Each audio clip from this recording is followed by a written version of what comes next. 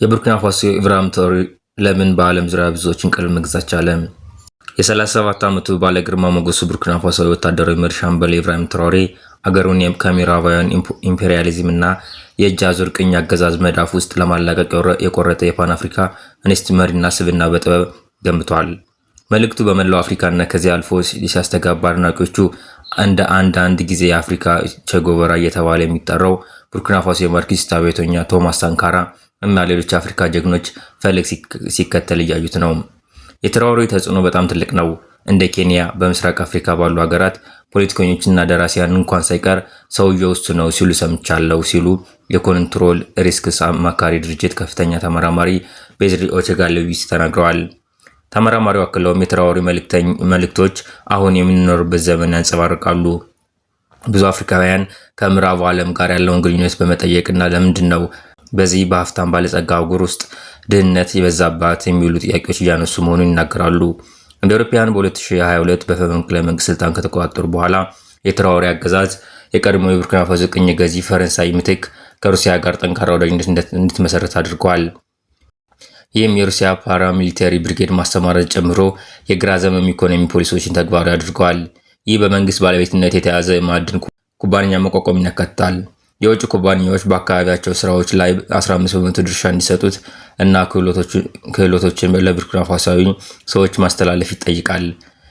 ደንቡ በቡርኪና ፋሶ የወርቅ ኢንዱስትሪ ላይ ኢንቨስት ለማድረግ በሚያዝያ ወር መጨረሻ ላይ ፈቃድ ለተሰጠው የሩሲያ ማዕድን አውጪ ሮድልገር ላይም ተፈጻሚ ሆኗል። ቡርኪና ፋሶ ከማዕድን ሀብቷ ተጠቃሚ እንድትሆን ትራኦሬ አብዮት ብሎ የሰየመው አካል ወታደራዊ ጁንታ በአገሪቱ ታሪክ ለመጀመሪያ ጊዜ የወርቅ ማጣሪያ በመገንባት ብሔራዊ የወርቅ ክምችትን በማቋቋም ላይ ነው። ነገር ግን የምዕራቡ ዓለም ኩባንያዎች አስቸጋሪ ጊዜ እያጋጠማቸው ይመስላል።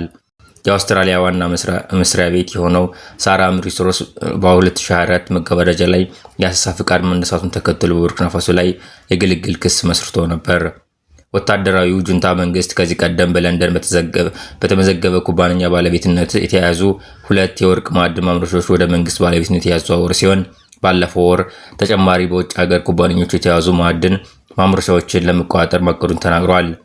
በደቡብ አፍሪካ የሚገኘው የደህንነት ጥናቶች ተቋም ተመራማሪ ሄኖክ ራንዲ አይኬንሴ ለቢቢሲ እንደተናገሩት የትራኦሬ ስር ነቀል ለውጥ በአፍሪካ ያለውን ተወዳጅነት ከፍ አድርጎታል።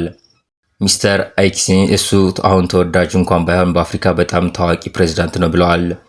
የእሱ ተወዳጅነት ከአብዮታዊ ምስሉን ለማጠናከር የታቀዱ ብዙ አሳሳች ልጥፎች ጨምሮ የትራኦሬ እውቅና በማህበራዊ ሚዲያ በኩል ነው የተስፋፋው።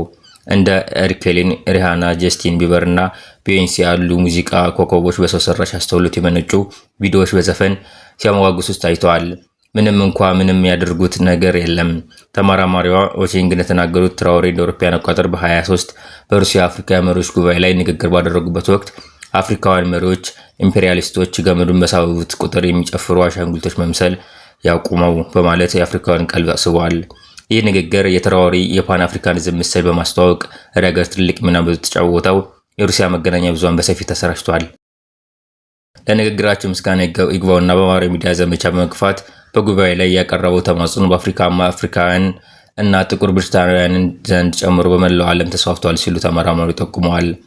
በዘረኝነት ቅኝ ግዛት እና በባርነት ያለፈ ማንኛውም ሰው ከመልእክቶች ጋር ሊዛመድ ይችላል የሚሉ ተመራማሪው ምንም እንኳ ስማቸውን አምታቶ ትራኦሬ እንደ ቡርኪና ፋሶ በመጥቀሱ ስላቅ አስተናግዶ ቢሰረዝም አፍሪካ አሜሪካዊው ራፐር ሜክ ሚል ባለፈው ዓመት መጨረሻ ላይ ጉልበቱንና ልቡን ምን ያህል እንደወደደው በመግለጽ በኤክስ ገጹ ያጋራው ልጥፍ ይጠቀሳል። ነገር ግን የፈረንሳዩ ፕሬዝዳንት ቀልብ ትራኦሬን አይወደውም። ፕሬዝዳንት ትራኦሬ በራስ ፓን አፍሪካን ነን በሚሉ እና በኒው ኢምፔሪያሊስቶች መካከል ያለው ቅጥ አልባ ጥምረት አካል እንደሆነ ገልጾታል።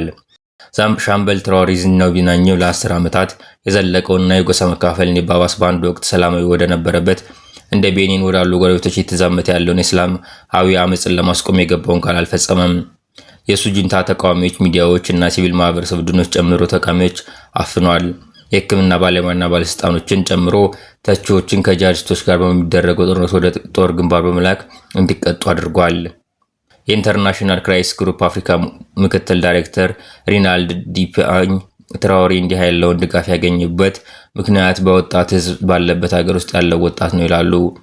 በቡርኪና ፋሶ አማካይ ዕድሜ 17.7 ዓመት ነው። እሱ ሚዲያ አዋቂ ነው። እናም ራሱን እንደ ቶማስ ሳንካራ በመሳል ያለፈውን ጊዜ ታዋቂነቱን ለመገንባት ተጠቅሞበታል ሲል ለቢቢሲ ተናግሯል። እና እሱ የፖለቲካውን ጥበብ ያውቃል። በጦርነት የተጎዳ ህዝብ እንዴት የተሻለ ወደፊት ጊዜ እንዳለ እንዲሰማው ማድረግ በዚህ ጨዋታ ላይ በጣም ጥሩ ነው። ሳንካራ በ1983 በ33 ዓመቱ በመፈንቅለ መንግስት ስልጣን ላይ ሲወጣ አባት ሀገር ወይም ሞት እናሸንፋለን በሚል ቃል ህዝቡን አሰባስቦ ነበር። ነገር ግን ትራኦሬ ስልጣን እስኪጨብጥ ድረስ ቡርኪና ፋሶ ወደ ፈረንሳይ ፖለቲካ ምህዋር እንድትመለስ ባደረገ በሌላ መፈንቅለ መንግስት ከ4 ዓመት በኋላ ሳንካራ ተገደለ። ቀደም ሲል በኮፊ አናንና ዓለም አቀፍ የሰላም ማስከበር ማሰልጠኛ ማዕከል የሰሩት የጋና ጸጥታ ተንታኝ ፕሮፌሰር ኩዊሲ አኒንግ ወታደራዊ መሪው ተወዳጅነቱ በአገሪቱ በተለይም በምዕራብ አፍሪካ እየተከሰተ ያለውን የፖለቲካ ለውጥ ያሳያል ብለዋል። እንደ አውሮፓውያን አቆጣጠር በ2024 በአፍሮባሮሜተር በ39 ሀገሮች ውስጥ የተደረገ ጥናት ለዲሞክራሲ ያለው ድጋፍ ቀንሷል። ምንም እንኳ በጣም ታዋቂው የመንግስት መዋቅር ቢሆንም ፕሮፌሰር አኒንግ ዲሞክራሲ ለወጣቶች ተስፋ መስጠትን ተስኖታል፣ ስራ ወይም የተሻለ ትምህርት የጤና አላመጣም ሲሉ ለቢቢሲ ተናግረዋል። ትራኦሬ አማራጭ ያቀረበና የሁለት ታሪካዊ ዘመናት መንፈስ እንደገና እያያዘ ነው ሲሉ አክለዋል። በጥር ወር የጋና ፕሬዚዳንት ጆን ማሃማም ቃለ መሐላ በፈጸሙበት ወቅት ትዕይንቱ የሰረቀው ወታደራዊ ዩኒፎርም የለበሰው በሰገበው ሽጉጥ የታጠቀ ትራኦሬ ነበር። ፕሮፌሰር አኒንግ 21 የአገር መሪዎች ነበሩ። ነገር ግን ትራኦሬ ወደ ውስጥ ሲገባ ቦታው ሌላ ሆነ። የጋናው ፕሬዚዳንት ጠባቂዎች እንኳን እሱን ተከትለው ይሮጡ ነበር ብለዋል። ትራኦሬ በእግራቸው ለመራመድ ለሚታገሉ ነገር ግን ምርጫ በማጭበርበር ስልጣን የሙጥኝ ላሉ የአፍሪካ መሪዎች በጣም ተቃራኒ ምስል አቅርቧል። ትራኦሬ ቄንጠኛና በራስ የመተማመን መንፈስ ያለው በጣም የበራ ፊት እና ትንሽ ፈገግታ ያለው ነው። ደግሞ ኃይለኛ ተናጋሪ ነው። እናም ራሱን እንደዚህ ነው ያሳያል። ከሩሲያ ጋር የተቆራኘው ጁንታ በኢኮኖሚ ዘርፍ መጠነኛ መሻሻል ማሳየት በሚያመለክተው መልኩ የዓለም ገንዘብ ድርጅት IMF እና ዓለም ባንክ በአጠቃላይ ጥሩ ግምገማ ሰጥተው ነበር። በሚያዝያ መጀመሪያ ላይ ባወጣው መግለጫ IMF ምንም እንኳን አስቸጋሪ ሰብአዊ እና ደህንነት አካባቢ ቢሆንም በ2025 ኢኮኖሚው ጠንካራ ሆኖ ይቀጥላል ብለው እንደሚጠብቅና አገዛዙ የሀገር ውስጥ ገቢን በማሳደግ የደሞዝ ክፍያን በመያዝና በትምህርት፣ በጤና፣ በማህበራዊ ጥበቃ ላይ የሚወጣውን ወጪ በማሳደግ የሚያመሰግን እድገት አድርጓል ብሏል። የዓለም ባንክ በተመለከተ የዋጋ ግሽበት በ23 0.7 በመቶ በ24 ወደ 4.2 በመቶ ከፍ ብሏል። ነገር ግን በቀን $2.15 በታች የሚኖሩ ሰዎች የሚያመለክተው እጅግ የከፋ ድህነት መጠን በግብርናና በአገልግሎት ዘርፍ በታየው ጠንካራ እድገት ምክንያት በ2% ነጥብ ወደ 24.9 ዝቅ ብሏል። በዩናይትድ ስቴትስ ከሚገኙ የፋይናንስ ተቋማት እነዚህ ሪፖርቶች ቢወጡም ከፈረንሳይና ከአሜሪካ ጋር ያለው ግንኙነት ቀዝቃዛ ሆኖ ቆይቷል። የአሜሪካ የአፍሪካ አዛዥ ጀነራል ማይክል ላንግሌይ ትራኦሬ የቡርኪና ፋሶ ወርቅ ክምችት ከሀገሪቱ ጥቅም ይልቅ ለጁንታዎች ጥበቃ የተጠቀመበት ነው የሚለው ንግግር የቅርብ ጊዜ ምሳሌ ነው። ይህ የሩሲያ ኃይሎች በቡርኪና ፋሶ የወርቅ ኢንዱስትሪ ውስጥ ድርሻ እንዲኖራቸው ትራኦሬን እየደገፈ ነው የሚለው የአሜሪካና የአንዳንድ አፍሪካ አጋሮች የረጅም ጊዜ እይታ የሚያመለክት ይመስላል። የጀነራል ላንግሌይ በሚያዝያ ወር መጀመሪያ ላይ በአሜሪካ ሴኔት ኮሚቴ ችሎት ላይ የሰጡት አስተያየት ጀግናቸው እየተቸ እንደሆነ በሚሰማቸው የካፒቴን ደጋፊዎች መካከል ቁጣን አስነስቷል። ብዙም ሳይቆይ የቡርኪናባዊ የጁንታ መፈንቅለ መንግስት ሴራ ማክሸፍና የሴራው ጠንሳሾች በጎረቤት ሀገር ኮትዲቯር መሆናቸው ገልጿል። በጊዜው ጀነራል ላንግሌይ ኮትዲቯር መገኘታቸው ነገሩን አባብሶት ነበር። ኮትዲቯር ምንም አይነት ሴራ ውስጥ እንዳልተሳተፈች ስትገልጽ የዩናይትድ ስቴትስ የአፍሪካ ኮማንድ በበኩሉ ጀነራል ላንግሌይ ጉብኝት አክራሪነትን ጨምሮ የጋራ ጸጥታ ችግሮችን ለመፍታት ያተኮረ ነበር ብሏል። ሆኖም ወታደራዊ ጁንታ አጋጣሚን በመጠቀም ኢምፔሪያሊስቶችና ላኪዎቻቸው ሻምበር ትራኦሬን ከስልጣን ለማውረድ እየሞከሩ ነው በሚል ስጋት በቡርኪና ፋሶ ዋና ከተማ ትልቁን ሰልፍ አዘጋጅቷል። ኮሊን ፓውል ስለሽ ኢራቅ ወድማለች፣ ባራክ ኦባማ ዋሽተዋል፣ ጋዳፊ ተገድለዋል፣ በዚህ ጊዜ ግን ውሸታቸው በእኛ ላይ ተጽዕኖ አያሳድርም ሲል አንድ ተቃዋሚ ሙዚቀኛ ኦሲቢ ጆን ለአሶሼትድ ፕሬስ የዜና ወኪል ተናግሯል። በተመሳሳይ ቀን ለንደን ጨምሮ ለትራኦሬ የድጋፍ ሰልፎች ተካሂደዋል። በመቀጠልም ለአዲሷ ቡርኪና ፋሶና አዲስ አፍሪካ ራዕያቸውን ለተካፈሉት ያለውን አድናቆት በፈረንሳይና በእንግሊዝኛ ልጥፎች በማህበራዊ ሚዲያ አጋርቷል።